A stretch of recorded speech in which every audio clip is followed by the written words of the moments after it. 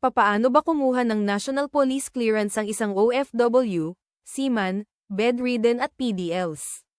Una, bisitahin ang www.pnpclearance.ph sa inyong Chrome browser, pindutin ang register at pindutin ang begin. Pagtapos ay piliin lamang mga hinahanap sa larawan at pindutin ang confirm. Sumunod dito, i-check lang ang lahat ng nilalaman sa terms and conditions.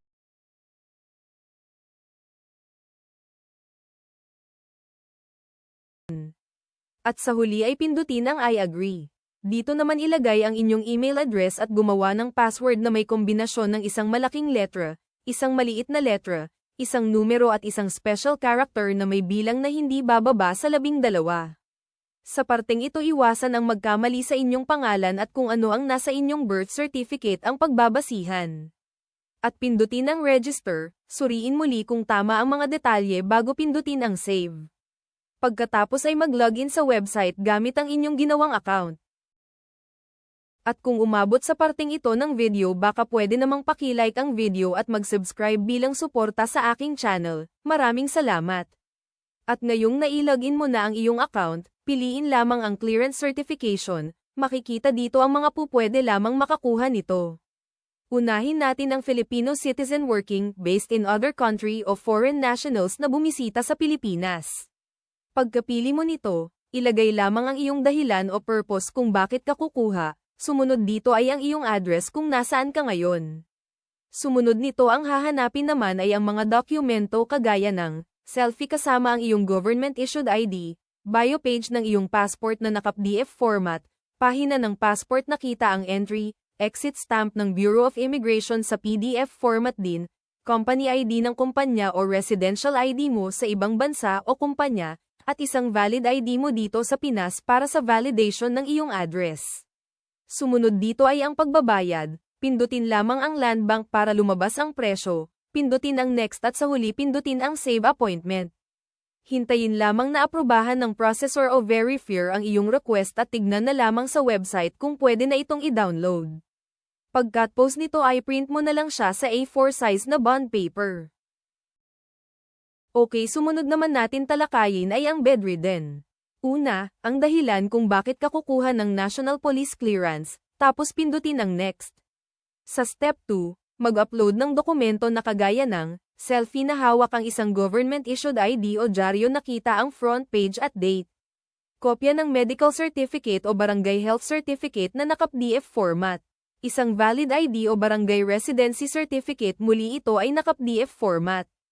Pinutan ang next sa ibaba. Step 3, pindutin lamang ang land bank para lumabas ang presyo ng babayaran at pindutin ang next sa ibaba. Pindutin ang save at balikan sa website kapag na-approve na ng processor o verifier ang inyong certification.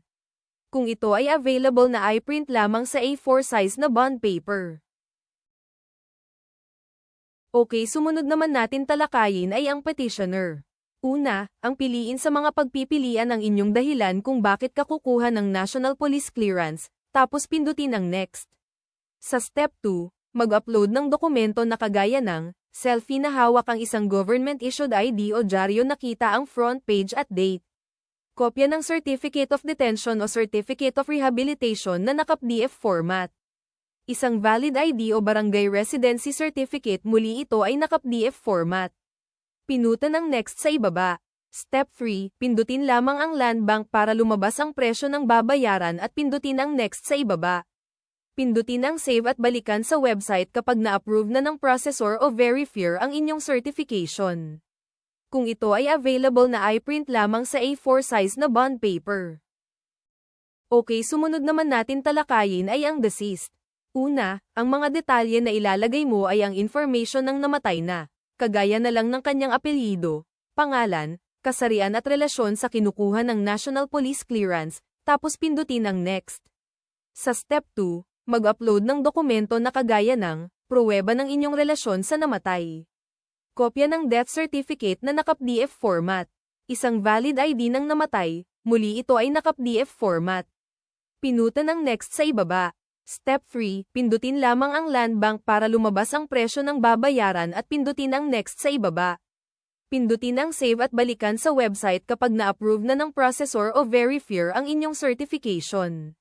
Kung ito ay available na i-print lamang sa A4 size na bond paper.